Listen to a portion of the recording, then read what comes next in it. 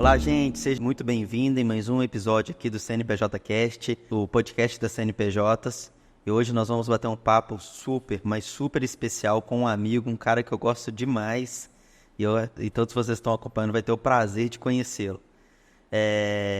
E não se esqueça, como sempre, pega papel e caneta, que eu tenho certeza que esse episódio vai estar cheio de insights aí para você. Então vamos lá, queria já dar as boas-vindas. Para a gente é uma honra, um prazer estar aqui recebendo o Friedrich, meu amigo, advogado, especializado em Direito Trabalhista, sócio da HSP Advogados. É uma honra, meu amigo, te receber aqui. Se apresente aí para a galera que nos acompanha. Muito obrigado, Jean. Na verdade, a honra é toda minha. Muito obrigado pelo convite. Fiquei muito contente ao receber o contato da Mirella e para que a gente pudesse estar aqui hoje conversando um pouquinho sobre um tema tão importante e também a oportunidade de te rever, de colocarmos aí as nossas conversas em dia. É um prazer, muito obrigado pelo convite. Não, que isso. Pra gente é um prazer, uma honra e espero que não demore tanto tempo para você voltar aqui de novo, tá? Com certeza. E, o tema de hoje, nós vamos falar um pouquinho aqui de reforma tributária. Para quem não sabe, eu até fiz uma especialização em direito tributário, mas hoje o cara aqui é o Friedrich, então eu vou sugar dele o máximo possível, pra gente trocar esse bate-papo, sobre esse assunto tão complexo, e tão novo ainda, ainda vai ter muitas coisas que vão acontecer. Mas acho que o primeiro ponto, Friedrich, que eu queria puxar aqui para a gente bater um papo realmente era necessário fazer uma reforma tributária?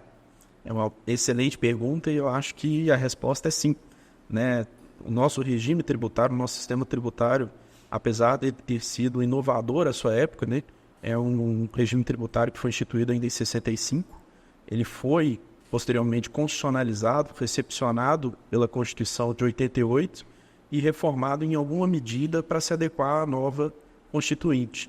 Mas a época em que foi criado era sim um regime que trazia inovações e permitia sim uma competitividade. Mas já não é mais um regime que atende às expectativas do mercado ou mesmo de uma perspectiva global. Criaram-se outras estruturas de tributação como o IVA em outros países. Isso permitiu uma fluidez muito maior dos mercados. E o Brasil não acompanhou essa tendência.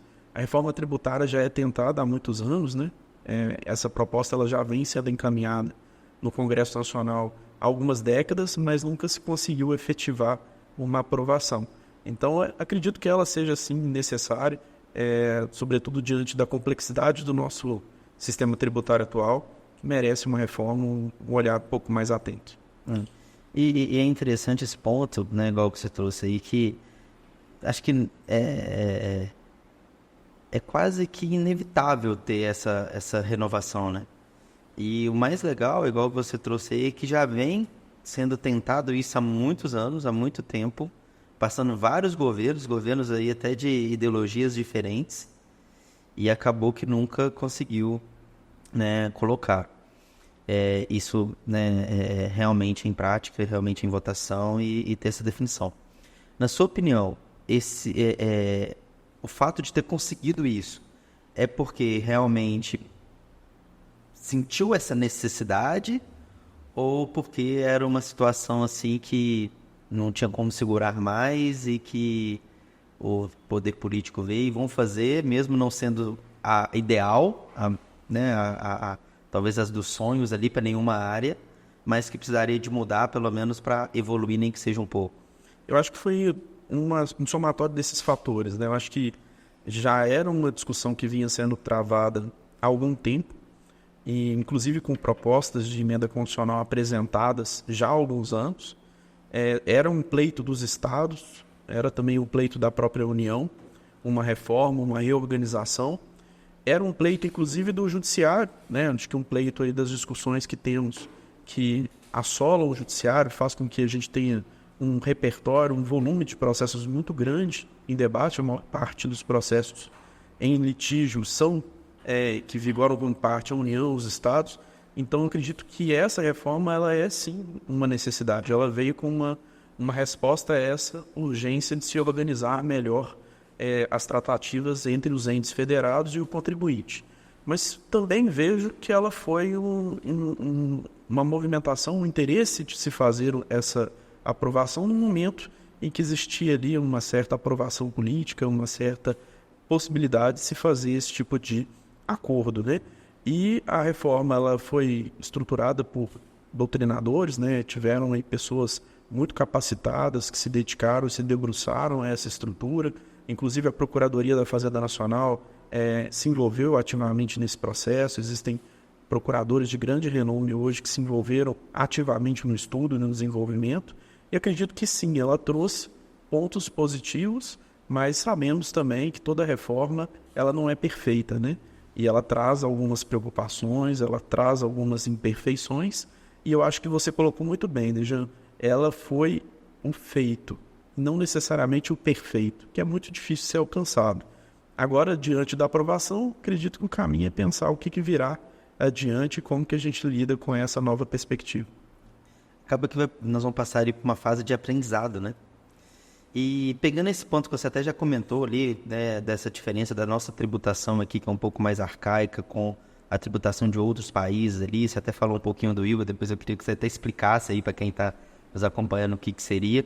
Mas se fosse para fazer uma comparação ali entre a nossa realidade tributária, a realidade de outros países e o principal objetivo da reforma ali para tentar equalizar isso num ambiente mais globalizado, né? Passa ali um resumão ali de como que seria, somente pensando naquelas pessoas que não estão na área ali do direito tributário, ali, para ela tentar ter uma noção de como que é, né, principalmente essa visão da tributação em outros países. Maravilha. A tributação nos outros países, sobretudo nas últimas décadas, se estruturou numa linha em que a tributação sobre o consumo, que foi o principal objeto aí da nossa reforma tributária, ela se estrutura de uma maneira mais simplificada, em que o contribuinte ou o consumidor ele tem um conhecimento ou ele tem uma aproximação maior da carga tributária que está incidindo sobre uma determinada aquisição ou um determinado produto. O IVA, muito utilizado em outros países, né, o Imposto sobre Valor Agregado, ele trabalha justamente nesse contexto, em que você tem uma carga tributária incidente sobre o consumidor, ou seja, sobre o consumo final. E ele muitas vezes pode até se aplicar em várias camadas, assim como a gente tem o ICMS aqui, mas ele é muito mais fácil de ser percebido ao longo da cadeia. Você praticamente tem a possibilidade de tomar crédito sobre todas as suas aquisições, então você consegue compreender de uma maneira mais simplificada qual que é o efetivo tributo que está sendo pago. Aqui no Brasil, por outro lado, a gente tem uma complexidade porque nós temos os municípios com entes tributantes e os estados também. E aí a tributação sobre o consumo é dividida entre esses dois e também com a União com o PIS e ECOFINS. Mas a União ela vai ter um regramento especial e em relação aos estados e municípios, a tendência da reforma é que a gente tenha uma tributação unificada para simplificação dessa carga tributária, ou seja, sairíamos do ISS e do ICMS para caminhar para um imposto ali sobre bens e serviços. E aí nos aproximamos um pouco mais do IVA, né? A tendência é que a gente tenha a possibilidade de tomar crédito sobre todas as aquisições e nesse contexto ficaria mais fácil verificar essa carga tributária, essa incidência do tributo sobre a sua aquisição. Dessa maneira a gente moderniza um pouco mais o nosso sistema tributário e se aproxima um pouco das outras nações que vêm estudando e trabalhando esse sistema já há alguns anos. Legal. E aí, talvez, né, pode ser que alguma pessoa que nos acompanha deve ter pensado assim, não, você está falando que o IVA seria agregar alguns impostos, mas isso já não acontece com o Simples Nacional? Né? Então, hoje, o que seria a diferença ali do Simples para um imposto de valor agregado como o IVA, por exemplo? Exatamente, é uma boa questão, né? O Simples, um regime unificado de recolhimentos tributários, ele compreende todos os tributos, né? Então ele acaba agregando muitas vezes o ISS acumulado com uma tributação federal, então PIS, COFINS, imposto de renda, contribuição social, ele acaba reunindo toda a tributação daquela empresa justamente para simplificar a operacionalização do dia a dia. No contexto do IBS ou no contexto da reforma, a gente está trabalhando inicialmente somente os tributos sobre o consumo. Então, seria uma unificação ali do ICMS com o ISS e o PIS e a COFINS também serão unificados, serão as contribuições sobre bens e serviços. Então, nesse contexto, a gente sairia de 4 tributos diferentes, com os seus regramentos especiais, para 2 tributos novos, né? E esses tributos eles vão seguir uma lógica nacional. Isso facilita muito também a compreensão, uma vez que a gente não terá um regramento tão específico quanto é hoje, em que cada um dos municípios tem o seu regramento do ISS, claro, seguindo as normatividades gerais, mas acaba que temos muitas especificidades. No contexto novo, a gente vai ter essa simplificação. Mas sim, difere-se aí do Simples Nacional justamente por esse contexto do Simples ser muito mais abrangente e essa reforma da tributação do consumo atingir apenas determinados tributos. Não, perfeito. Além da questão do Simples ser um benefício, né, e não um tributo em si, né? Muita gente trata o Simples Nacional como um tributo, mas ele não é tributo, tá? Quem nos acompanha acha que meu imposto é o Simples, não é isso. O Simples é um benefício de juntar os impostos numa única guia. Surgiu com a ideia de simplificar. Hoje eu acho que não é tão simples assim, né? A gente brinca muito na contabilidade que o Simples não tem nada de simples, né? Mas o que a reforma vai trazer é deixar de existir, igual o Frades falou, 4 tributos e passar a ter apenas, né, sobre o consumo. Então, assim, realmente não tem nada ali a ver com o Simples Nacional. Mas pegando então, o Frades, nesse ponto ali das principais alterações que a reforma tenta trazer, quais que você alencava ali como as principais delas? Acredito que passa muito pelo que nós conversamos aqui de unificação, né, desses tributos. Eu acho que a modernização e a facilitação da compreensão do imposto sobre bens e serviços será muito benéfico para o contribuinte. Ou seja, vamos ter ali uma reunião desses tributos, ou pelo menos da legislação que trata sobre eles, para que a gente possa compreender um pouco mais fácil, evitando os conflitos de competência, né, Dejane? A gente tem muitos conflitos hoje entre a incidência do ICMS ou do ISS. Em quais casos se aplica um ou se aplica o outro. A gente também tem as situações em que nós vamos ter a disputa territorial, né? Esse ICMS ele é devido a quem? O ISS também, as repartições, inclusive, desses mesmos impostos. Então, a reforma traz essa simplificação, sim, de agregação desses tributos através do Imposto sobre Bens e Serviços e também reúne a legislação sobre PIS e COFINS através da contribuição sobre bens e serviços. Ela também traz um ponto muito positivo, que é a busca pelo crédito total, né? Ou seja, a capacidade de tomar crédito sobre todas as aquisições que forem realizadas, sendo serviços ou produtos. E isso faz com que nós tenhamos efetivamente uma carga tributária em que você consiga verificar qual que é o percentual dela no final da cadeia, né? E evitamos ali aquela situação em que você há um acréscimo a cada etapa de uma carga tributária adicionada. Então a gente busca ali uma neutralidade fiscal, uma situação que nós teríamos ali um pouco mais de facilidade em relação à percepção dessa carga tributária. Isso traz mais transparência também para o contribuinte. Tivemos a criação de outros tributos também, como o imposto seletivo. São situações que ainda merecem melhores esclarecimentos com a edição das leis complementares. Isso é um ponto muito importante sobre a reforma, né? Atualmente nós temos a emenda constitucional aprovada, mas precisaremos ter todo o regramento ainda especificado por meio das leis complementares e, eventualmente, até mesmo as leis ordinárias, que vão ser editadas em seguida.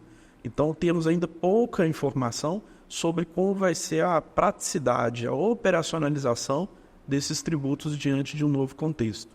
Então, acho que as principais alterações viriam nesse sentido, de unificação de determinados tributos, a criação de outros tributos também, trazendo aí novas incidências, e teríamos também a questão da busca por um crédito total, a possibilidade de se evitar a incidência tributária a cada cadeia, fazendo com que a carga total não seja percebida ou identificada.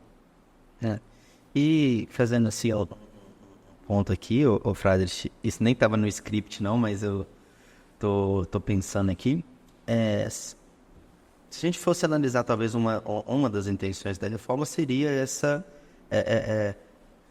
realmente conseguir individualizar ali a carga tributária daquilo, porque hoje acaba que a gente tem muitos tributos que são embutidos ali e o consumidor final, que seria talvez o principal agente ali, né, que está sofrendo a incidência daquela carga tributária, até porque são tributos sobre consumos, né, então Né? Se não é o consumidor que está arcando, é porque a empresa não soube precificar direito. Isso pode acontecer porque a empresa também pode ter dificuldade de entender, né, a carga tributária. Então, você acha que essa simplificação, principalmente essa do crédito geral, vai facilitar, né, para os empresários ali? Estou nem falando aqui de pagar menos ou mais imposto, não. Estou falando naquela questão de, tipo assim, para mim precificar melhor os produtos, uma facilidade maior de uma operação comercial, por exemplo.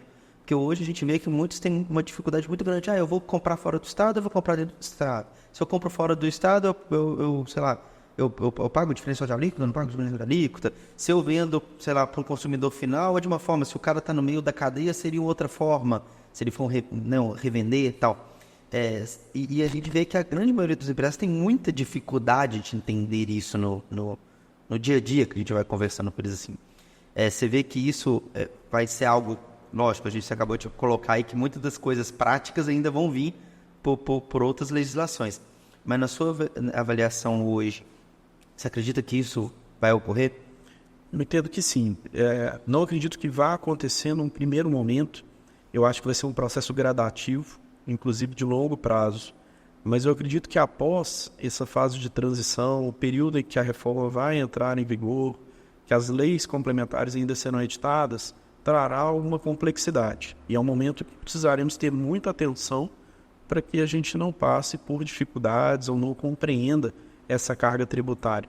Agora, num contexto em que a reforma já tenha sido efetivada, que todas as legislações já tenham sido editadas e que ela já esteja em pleno vigor, eu entendo que sim. Aí, possivelmente, nós alcançaremos uma melhor facilitação da compreensão de qual que é a carga tributária incidente, porque hoje é um desafio fazer a precificação de qualquer produto ou serviço.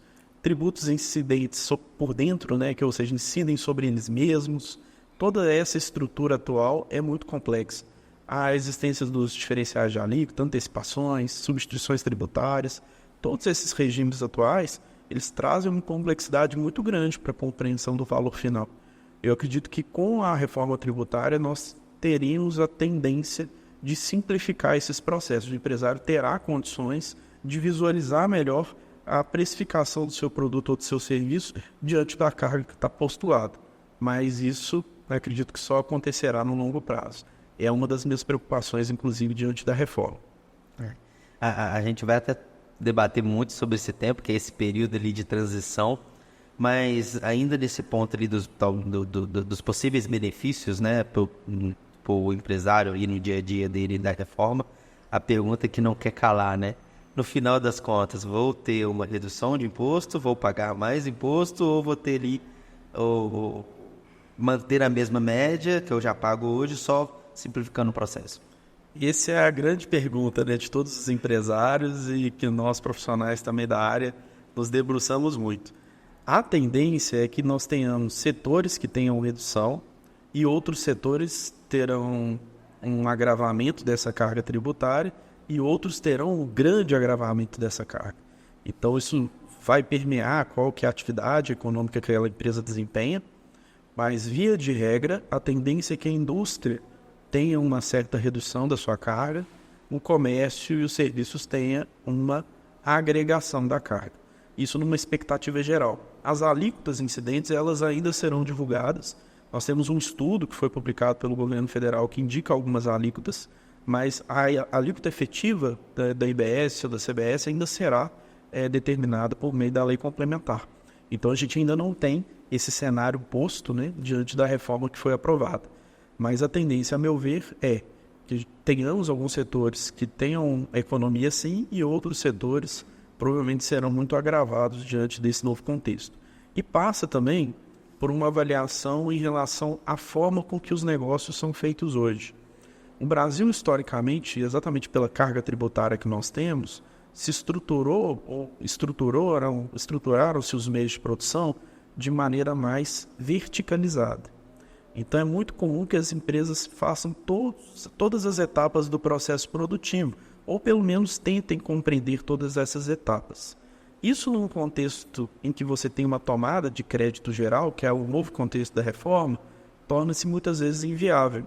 O caminho vai ser descentralizar a produção e horizontalizar essa produção. Essa mudança ela não é rápida. Então, muito provavelmente, teremos ali um período de adaptação das empresas. Os empresários terão que buscar novos fornecedores, uma nova forma de trabalhar, para que eles possam se adequar a essa nova realidade. Nessa linha, eventualmente fazendo novas contratações, dividindo o seu processo produtivo com outros negócios, eles tomarão mais créditos e, no final, a sua incidência, a sua carga tributária poderá ser diminuída em decorrência dessas operações descentralizadas, que não é o contexto atual. Então, diante dessa mudança, eu também acredito por isso que no longo prazo será percebida uma redução, mas no curto prazo a minha expectativa é de aumento da carga tributária, infelizmente. E é um ponto super, super legal da gente conversar, porque vai ser um desafio muito grande, né? Porque, vamos pensar numa pequena fábrica de roupa, por exemplo. O cara, ele meio que começa ali, talvez terceirizando a confecção, terceirizando a lavagem, terceirizando... Ele vai crescendo, ele vai vendo que para ele faz sentido centralizar isso.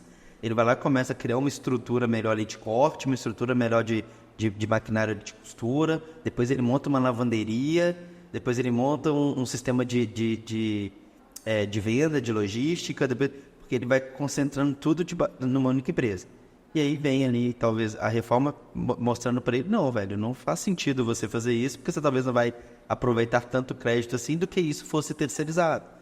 Então, se você estivesse, por exemplo, trabalhando tudo por encomenda, que seria a industrialização por encomenda, talvez ali, ele teria ali uma possibilidade menor de carga tributária do que dando tudo centralizado. O cara fala, pô, vamos mudar isso. Só que o cara construiu um ativo ali, talvez ele tenha um espaço, fez um galpão, comprou maquinários, comprou estrutura, e ele fala, nossa, como é que eu vou fazer isso? Eu vou terceirizar? Eu vou pegar uma parte da minha equipe, vocês querem virar empreendedores também e assumem isso? Então, né, você vê isso...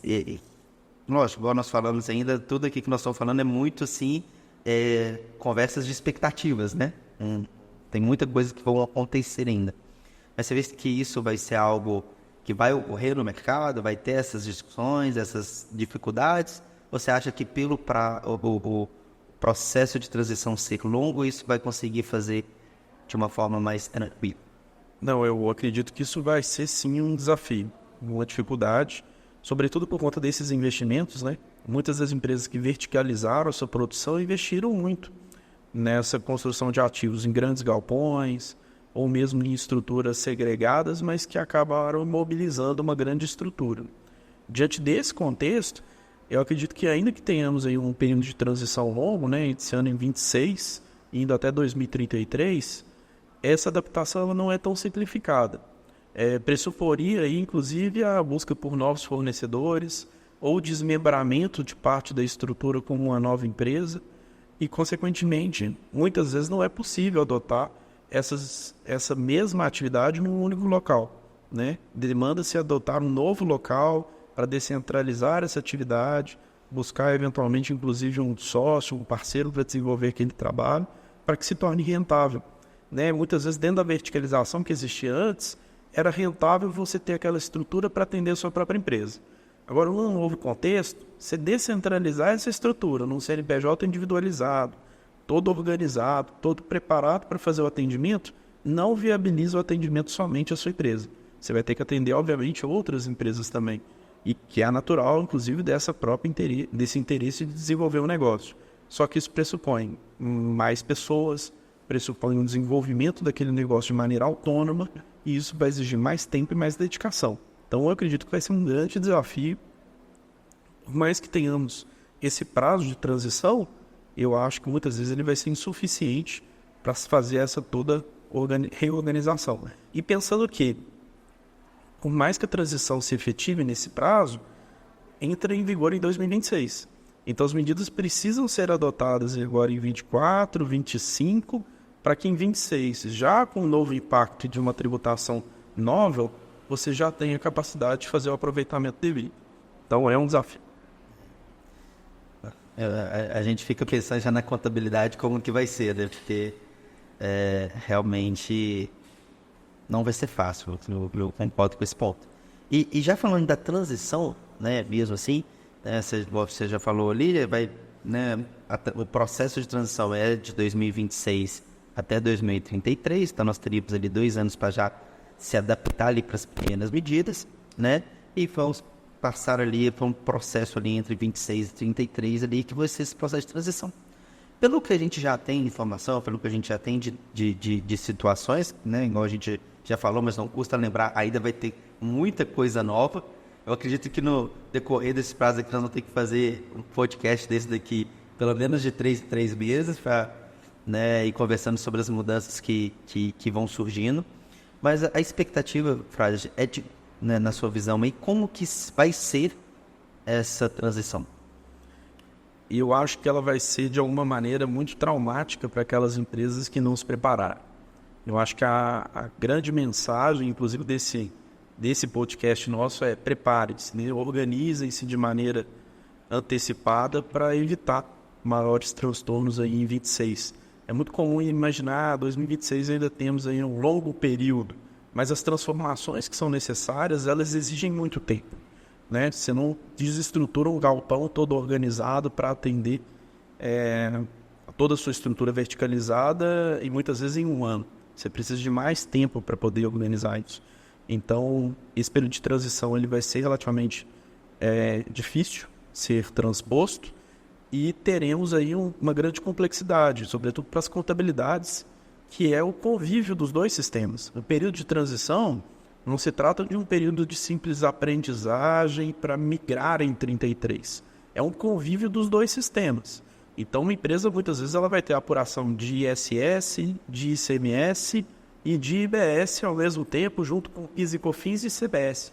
Então, na verdade, a simplificação existe de reunião de tributos, mas ela está prevista lá para 33. Durante esse período de transição, eu vejo, na verdade, uma complexidade do sistema, em que nós teremos que fazer a apuração em 2 regimes diferentes. E como que se dará essa apuração, né? Fica a pergunta para o empresário, a reflexão. Na verdade, você vai ter uma migração de alíquotas. Então, você vai ter uma pequena alíquota incidente no novo sistema e vai ter uma alíquota mais próxima da atual dentro do regime vigente. E isso vai migrando. À medida que o tempo for passando, a alíquota do novo regime vai se tornando maior e a alíquota do regime antigo, ICMS e ISS, vai se tornando menor. Essa é a migração inicialmente prevista para esse regime tributário. Então, é complexo, né? Eu acho que vai ser um período de transição difícil e que a gente precisa se preocupar em como operacionalizá-lo desde hoje.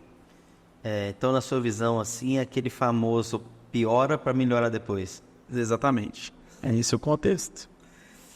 E, Frade, pensando já nesse processo de transição e principalmente que vai ter essa operação simultânea, né, dos dois ali, qual que seria as maiores preocupações, né, na sua visão ali, tanto para o empresário quanto para as empresas de contabilidade, né, igual você falou muito bem, talvez você as que vão ser mais impactadas ali, e também com o próprio consumidor. Você acha que talvez vai ter algum impacto no consumidor e ele talvez vai passar por esse processo de transição sem sentir impacto por enquanto?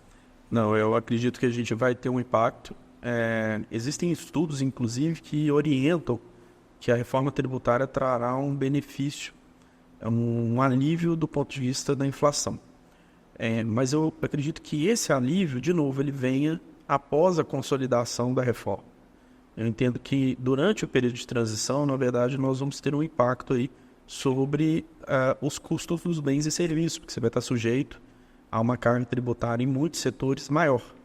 Consequentemente, a gente vai ter uma pressão sobre os preços e isso pode levar a um processo inflacionário. Então, o consumidor, acredito, poderá sentir esse impacto da reforma, sim. As empresas também vão ter que se reorganizar e se reestruturar para esse processo. E eu acho que a grande mensagem para as contabilidades em geral e para as empresas é trabalhar a organização e um planejamento prévio. Eu acho que as empresas do Brasil precisam trabalhar o contexto de planejamento. É muito comum para as grandes empresas, mas para as pequenas e médias muitas vezes não é um recurso utilizado. De fazer um planejamento para 2025, mesmo estando em 2024. Como é que eu imagino que será o meu mês de março lá em 2025? Vamos nos organizar para isso? Como é que será o meu mês de março em 2026, no novo regime? Fazer uma simulação mesmo. Se hoje o meu faturamento é X, minha carga tributária é Y, como que fica esse mesmo faturamento, essa carga tributária projetada lá para 2026, com as novas incidências, com as novas estruturas. Se organizar para isso permite que você vislumbre quais são os riscos e anteceda os problemas para que se busque soluções. Eu acho que esse é o grande ponto do momento para que se preveja ali os próximos passos a serem tomados. E Frades, você acredita que o mercado, né, principalmente no mercado ali das empresas contábeis, advogados, tributaristas mesmo, e os empresários no todo, você acha que eles estão preparados para isso? Qual que é a sua visão nesse ponto? E eu acredito que muitos ainda não estão preparados. Eu acredito que, por ser uma reforma que terá um período de transição longo, por entrar em vigor em 26, por ter ainda um prazo, eu acredito que muitos ainda não estão preparados, ainda não se adequaram. Mas, por outro lado, muitas contabilidades, muitos escritórios já vislumbraram os efeitos dessa reforma e já estão se preparando, né? Então, temos aí uma grande parcela da comunidade jurídica e também contábil, que eu acredito que ainda não se depararam, até pelas dificuldades do dia a dia, né? Acompanhar a carga tributária atual já é um desafio. Acompanhá-la em conjunto com uma nova carga é um desafio ainda maior. Então, acredito que ainda muitos não se depararam, não se debruçaram sobre o estudo da reforma, mas eu recomendaria muito esse estudo com a maior brevidade possível, para que possamos, inclusive, participar dos debates, né? Eu acho que a reforma está em construção, ela não é uma reforma pronta, e a participação dos contadores e advogados eu acho que é essencial. E é, inclusive, uma crítica à construção da reforma que foi idealizada, que apesar de estar em discussão há muitos anos, essa reforma foi aprovada, a meu ver, de uma maneira muito rápida. Muito rápida no sentido de que a proposta de emenda constitucional foi colocada, os debates, me pareceram, não foram tão amplos quanto deveriam ser com a comunidade, com a sociedade, e ela foi aprovada no âmbito do Congresso Nacional de uma maneira muito célere. Eu acho que precisaríamos ter tido um pouco mais de debate para sua aprovação. Isso demandaria mais 10 anos? Eu entendo que não, mas talvez ali mais alguns meses para que a comunidade pudesse discutir alguns pontos e talvez aprimorar aquela reforma que foi apresentada. Eu acho que isso vai acontecer agora, no segundo momento, com as leis complementares. Porque se a gente for colocar ali na ponta da caneta, eu não vou saber ali as datas certinhas, mas eu acredito que não deu 4 meses enquanto a medida, né, o projeto foi apresentado, até passar por todo o processo de votação, seja ali na Câmara, seja no Senado, salvo engano, acho que não deu, 4 ou 5 meses, não foi mais ou menos isso? Foi um curto espaço de tempo, um processo muito exíguo, né? As propostas, elas já estavam pontuadas, mas foram feitas uma série de alterações ao projeto inicial. Uhum. E com essas alterações, acredito que essas discussões não foram apresentadas para a sociedade ou para a comunidade de maneira tão ampla. É claro que elas foram debatidas, foram colocadas, foram aprovadas, inclusive, pelos nossos representantes, né? Afinal de contas, foi feita uma aprovação no Congresso Nacional, mas eu acredito que demandaria um pouco mais de tempo para que a gente trabalhasse aquelas alterações que foram feitas nos últimos minutos, né? Nos 45 do segundo tempo. Eu acho que talvez valeria uma prorrogação do jogo para que a gente pudesse entender um pouco mais dessas novidades e trabalhar para aprimorá-las. Não necessariamente são ruins, mas eu acho que precisa de uma melhor compreensão e talvez o amadurecimento dessas mudanças. Não. E isso só fortalece, né, o que você falou um pouco antes aí, que é essa participação maior, né, somente da comunidade jurídica, da comunidade contábil, e das comunidades como um todo, né, que vai envolver todo mundo, desde um consumidor até todo mundo é consumidor no final das contas, então só você falar vai envolver o consumidor, envolve todos nós, né? Mas envolve realmente tudo. Então, tendo em vista que essa primeira fase foi uma fase um pouco mais corrida, eu acho que, né, isso só traz o tanto que é importante uma participação maior da sociedade como um todo. E tem algum ponto, Frades, dessas daí que talvez foi colocado nos 45 do segundo tempo, você colocaria ali que talvez são pontos que são interessantes, não vou nem falar se é bom, se é ruim, né? Nada, mas são pontos pelo menos interessantes a ser avaliados futuramente? Sim, eu acho que existem alguns impactos sobretudo diante da possibilidade de criação e instituição de novos tributos. A busca foi pela simplificação com a integração de determinados tributos, como o ISS e o ICMS, como nós falamos, o PIS e a COFINS. Mas os estados poderão instituir novos tributos diante desse novo contexto? A busca também foi por uma equalização da carga tributária. Não necessariamente a redução, mas uma equalização. Ou seja, pudéssemos ter uma carga tributária mais organizada e mais visível também e transparente. Consequentemente, se tivermos a criação de novos tributos pelos estados, e já temos alguns exemplos nesse sentido, de que estados estão se mobilizando para a criação de novos tributos, dentro da sua competência, claro. Alguns deles poderiam até ser questionados aí perante o STF em algum momento, mas os estados têm constituído ou pensado na instituição de outros tributos. E às vezes, muitas vezes pensado, inclusive, em majorar os tributos sob a sua responsabilidade. Por quê? Porque a preocupação dos estados e municípios é da minoração da sua arrecadação diante desse novo contexto. Por um cenário em que nós vamos ter ali, eventualmente, uma diminuição da carga tributária para o contribuinte, não necessariamente, mas trata muito mais da questão da divisão desses recursos. Porque nós temos dois contextos. Um contexto tributário, que é da arrecadação, ou seja, o impacto sobre o contribuinte. Depois nós temos um contexto de direito financeiro, que é depois de recolhido esse montante, como fica a divisão entre os estados e entre os municípios? E essa divisão ela vai ser alternada, ela vai ser alterada. Consequentemente, isso pode ter um impacto para alguns estados e eles vão ter que buscar outros meios para arrecadar os valores que é de costume, né? Então, uma das minhas principais preocupações é essa. Como fica a capacidade de instituir e de cobrar novos tributos por estados e municípios dentro da sua competência, obviamente, mas que pode agravar a nossa carga tributária. E me preocupa também os espaços que a reforma deixou para outras incidências tributárias.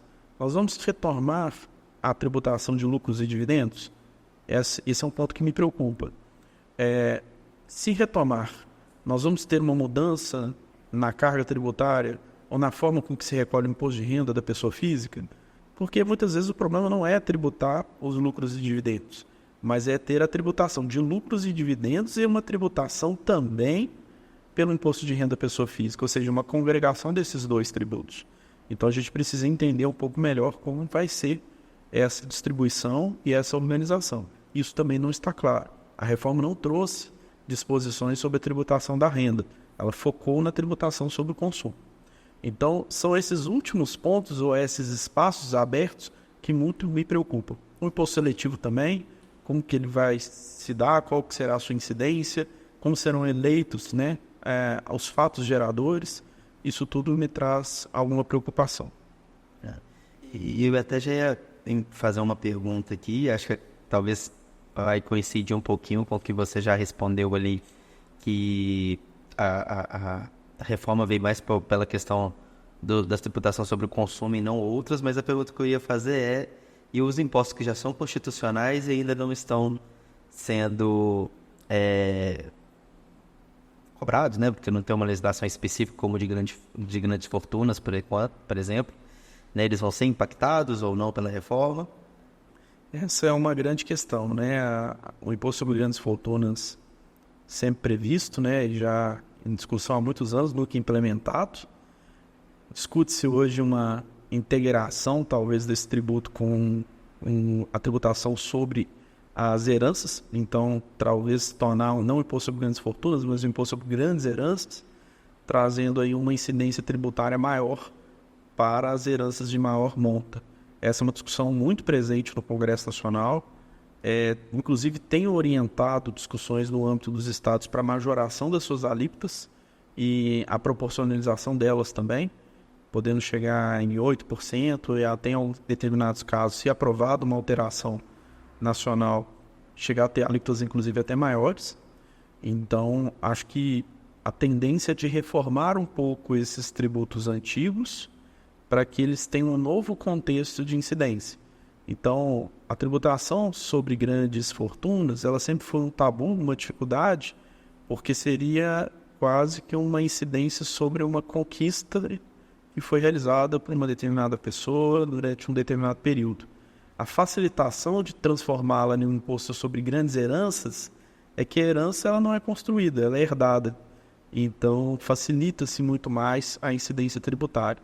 Essa é uma das expectativas, inclusive, em discussão. E devem surgir outras cargas e outras incidências sobre fatos novos, né? Inclusive diante da modernidade de fatos e incidências, né? Então, hoje a gente tem vários produtos ou serviços que não existiam antes. Então, acho que provavelmente nós vamos ter novos tributos sendo criados sobre esses novos contextos. O que eu não vejo como ruim no contexto em que existam atividades não tributadas. Agora, vejo com maus olhos tributar ainda mais as operações que hoje já têm uma carga tributária significativa. Mas aquelas ações ou atividades que não têm tributação nenhuma, e existem algumas, essas... A própria locação de bens móveis, né? Exatamente. Segunda 31, né? É uma delas que está aí sobre esse páreo, né, de uma não incidência tributária significativa. E isso acaba gerando uma distorção no sistema, porque se você não tem uma carga tributária incidente sobre essas empresas, você obviamente vai ter que colocar essa carga tributária sobre as demais. Então, fazendo com que aquelas empresas ou aquelas atividades econômicas que não têm nenhuma tributação sejam tributadas em algum montante, você equaliza um pouco mais a carga e facilita essa distribuição entre os contribuintes. Então, agora acho que é esperar para que a gente possa ver os próximos passos dessa reforma, bem de perto, igual você disse, acho que vai demandar aí uma recorrência para falar sobre reforma, porque a cada lei complementar vai ser muita novidade. E pegando, o Frates, esse ponto que você trouxe aí da possibilidade de pegar esse imposto, né, sobre grandes fortunas e talvez ele vir para grandes heranças, pelo menos no meu ponto de vista, né, também contribui para esse olhar da própria reforma de trazer uma questão mais globalizada, né? Porque hoje, se for analisar em outros países, a tributação sobre herança, né, sobre causa-mortes ali, ela é muito maior do que a que a gente tem no Brasil hoje. E você vê que faz sentido esse ponto e, ao mesmo tempo, se isso vai acontecer, isso aumenta, né, talvez a necessidade das pessoas pensarem em planejamento, né? Somente planejamento de sucessão, né? Como que você vê aí já a gente tentando fazer pensamentos futuros aí, tentando construir uma visão de longo prazo para isso? Não, sem dúvida.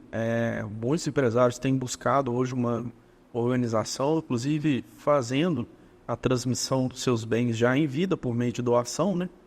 E fazendo todo o processo adequado, com os registros devidos, que eu sempre recomendo, porque é um meio de se garantir que aquilo que se pretende vai ser efetivado com segurança. Então, com a devida declaração de TCD, com os devidos recolhimentos, você acaba conseguindo aproveitar o sistema ou a carga tributária atual, que é uma carga para heranças, se avaliada no contexto global, relativamente diminuta, né? Se avaliarmos outros países, a carga sobre heranças é muito maior. Então, é interessante, é um procedimento que totalmente válido, uma vez que o sistema está vigente, que os empresários ou aqueles que têm um determinado patrimônio tenham interesse em se antever e fazer essa transmissão aos seus herdeiros. Mas, de todo modo, eu acredito que existe uma janela, né? Existe um momento atual para que se possa fazer essa movimentação hoje. No futuro não haverá, né? Então, essa transmissão para os filhos, né? Vamos dizer assim, os filhos dos filhos não vai ser possível lá no futuro, porque já vai existir a carga tributária majorada. É claro que existem os planejamentos, existem as estruturas que são criadas hoje, mas acaba que, na minha visão, pelo menos pessoal, acho que vai ser positivo para agregar a uma carga tributária, até mesmo para se fazer uma distribuição da renda, né? Então, é uma forma positiva também, em alguma medida, de se distribuir o capital. O que eu não acho justo, e isso nós precisamos acompanhar de perto, é a existência de uma carga tributária fixa sobre grandes heranças. Eu acho que deve existir uma proporcionalização com inúmeras alíquotas para que não exista hoje, como hoje, a discrepância do imposto de renda, né, dos 27,5% sobre pessoas que recebem valores muito pequenos, né? As nossas faixas de incidência tributária do imposto de renda são muito curtas. E isso traz, sim, uma regressividade para a carga tributária, e isso é um problema. Eu acho que se vier a ser institucionalizado esse imposto sobre grandes heranças em algum momento, ou se vier a existir uma majoração, inclusive do próprio ITCD, a minha perspectiva, até por uma questão de justiça e não confisco, é que a gente tenha o maior número de faixas possíveis para proporcionalizar essa incidência. E de maneira até que se alcance um determinado limite para não se alorar sobre o patrimônio que foi deixado e construído também pelo aquele decônjuge, né, a pessoa que deixa herança. Essa seria a minha perspectiva sobre essa questão, e sabendo que hoje existe essa janela para se fazer as transmissões dos bens em vida. Não, legal. E pegando aqui agora, já passando essa etapa ali do processo de transição, pós, né, 2033, você acha que a gente vai estar como? As minhas expectativas para 2033 são positivas. Eu acredito que, uma vez aprovada a reforma, vivenciado todos os desafios que vamos ter na transição, o resultado em 2033 e 2034 ele é positivo. A gente caminha para uma horizontalização da produção, ou seja, uma diversificação das empresas, abrindo oportunidade, inclusive, para novos negócios. Isso dinamizaria a economia. Eu acredito que a gente vai ter, sim, uma deflação num momento em que a gente tiver o aproveitamento de todos os créditos, um creditamento total e amplo. Eu acredito que nós vamos ter muito mais transparência da carga tributária. A minha expectativa para esse momento pós-reforma é positiva. Agora, me traz um pouco de preocupação como nós vamos chegar até lá. Se os caminhos forem alterados, aí teríamos um novo contexto também para 2033. Em que sentido isso? Criação de novos tributos, uma majoração expressiva da carga tributária, me preocupa muito, que as alíquotas ainda não estejam definidas. Então, esses próximos passos, essas novas definições que vão vir por meio da legislação complementar, me parece que vai ser o ponto crucial entre definir se 2033 nós vamos ter um país próspero em grande desenvolvimento econômico, ou se nós vamos ter um afã arrecadatório que mina e suprime qualquer capacidade produtiva. Então, é o contexto de entender se a gente vai ter um ecossistema tributário que permite o desenvolvimento, e aí a gente vai ter, inclusive, um aumento da arrecadação, porque a gente vai ter mais produção, que é a lógica do PIB, né?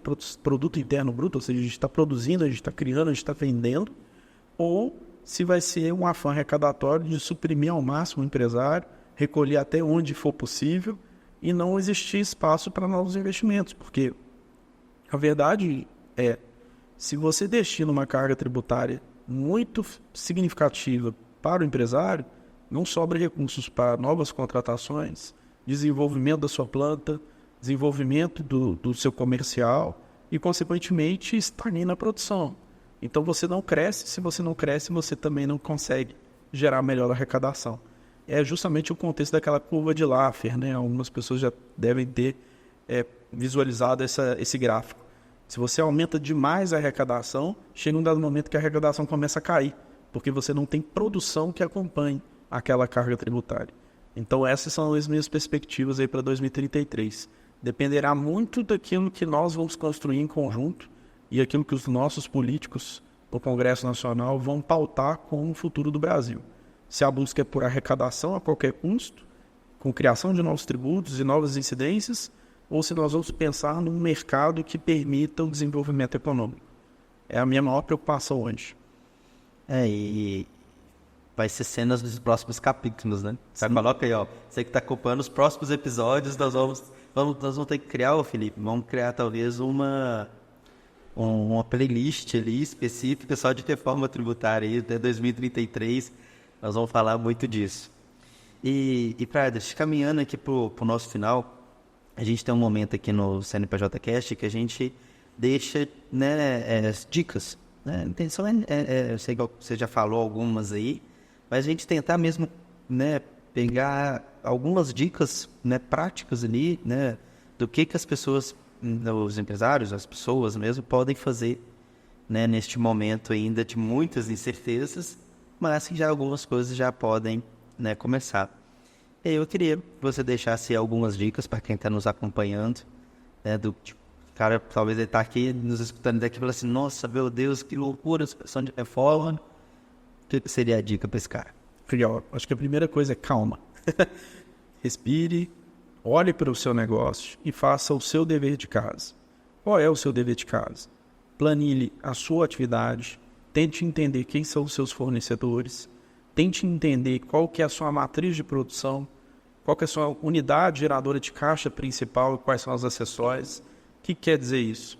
Qual que é o seu core business, né? O que você faz que é a sua produção ou a sua atividade principal? A gente deu o exemplo aqui de uma confecção de roupas, né? A gente vinha falando nesse sentido. O principal objetivo da confecção é vender as roupas, preparar aquelas roupas, produzi-las e colocá-las à venda. Fazer a pintura, a tinturaria daquela roupa é um core business? A princípio, não. Fazer o corte, dependendo do tecido, muitas vezes não. Fazer o tratamento daquela malha, daquele tecido, também não. Fazer, inclusive, a construção do tecido, que hoje, inclusive, muitas empresas fazem isso, muitas vezes também não. Então, entenda aquilo que é a sua atividade principal, aquela atividade em que você tem a sua lucratividade, onde que é aquilo que você faz de melhor no seu negócio. Aquilo que você tem como atividade paralela, uma atividade que depende, que fornece os elementos necessários para a sua atividade principal, comece a analisar como descentralizar essa produção. Você consegue buscar isso junto a um fornecedor? Você consegue estruturar uma empresa para desenvolver essa produção de maneira individualizada, autônoma, para fornecer para inclusive outras empresas? Então, acho que o primeiro passo é o empresário precisa fazer o seu dever de casa. Conheça a fundo o seu negócio. No sentido, obviamente, não de margens de lucro, isso tudo já é do dia a dia do empresário. Mas analise com esse olhar. O que é a minha atividade principal? Onde está a minha lucratividade? As demais áreas, vamos pensar como podem ser descentralizadas. E comece a buscar junto à sua contabilidade, junto aos seus profissionais de confiança, um estudo prévio para se organizar para a reforma tributária. Não deixe isso para a última hora, porque as mudanças precisam ser feitas em 24 e 25, para que em 26 você já tenha capacidade de fazer uma reorganização do seu negócio. Então, acho que essa é a principal mensagem. Conheça o seu negócio, anteveja os problemas, encontre os riscos e busque soluções. É basicamente aquilo que o empresário faz todos os dias, mas a gente tem que olhar para o próprio negócio muitas vezes, que a gente muitas vezes olha para fora, né? E vai buscando uma solução ali, como aumenta a minha produtividade, a minha venda, mas você está focado na venda, você está focado na atividade exterior. Olhe um pouco para dentro do seu próprio negócio e verifique o que você pode fazer para se preparar para essa nova realidade. Eu acho que esse é o ponto principal. É organização e antever um planejamento. Acho que é a principal mensagem que eu deixaria para quem nos acompanha. Fred, assim, e assina embaixo, de verdade. Eu falo muito isso e tem clientes nossos aqui da CNPJ que nos chamam até de chatos, né? Mas a gente fala tanto que a organização é importante para ele conseguir fazer o planejamento.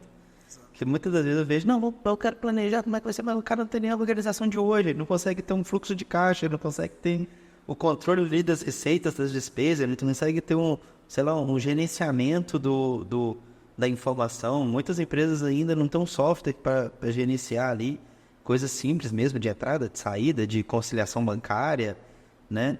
Então eu vejo que, né, concordo 100% com o que você trouxe, que esse processo de realmente olhar para si, organizar e pensar nesse processo ali de um planejamento é dicas ali que eu não conseguiria dar uma melhor do que essa, né, para ser sincero, e é uma coisa que eu acredito muito que as empresas precisam buscar isso. Felizmente eu ainda vejo, e é importante a gente falar isso, que a reforma tributária é para todas as empresas. Para todos. O cara talvez fale, não, eu sou pequeno, essa multinacional não vai me atingir, vai atingir todo mundo. A gente acabou de já falar aqui que é uma reforma muitas das vezes sobre os tributos sobre o consumo. Então vai atingir todos mesmo, né, todos os consumidores. Então é muito importante, não importando qual o seu porte de empresa, você ser organizado. Organização acho que seria o início de qualquer nova outra situação que você possa vir a pensar, principalmente nesse momento que ainda é de muita incerteza, se da reforma tributária. Então, sensacional a dica aí, meu amigo. E né, pra gente finalizar, né, ô Prades, fica disponível aí, à disposição para você fazer ali as considerações finais, meu amigo. Muito obrigado, Jean. Agradecer novamente pelo convite, pela oportunidade de estar aqui no CNPJs. Para mim foi um grande prazer te reencontrar e a gente poder bater esse papo sobre reforma. É um assunto que eu tenho estudado muito, é um assunto que me preocupa, mas também que eu acredito que traga grandes oportunidades para os empresários.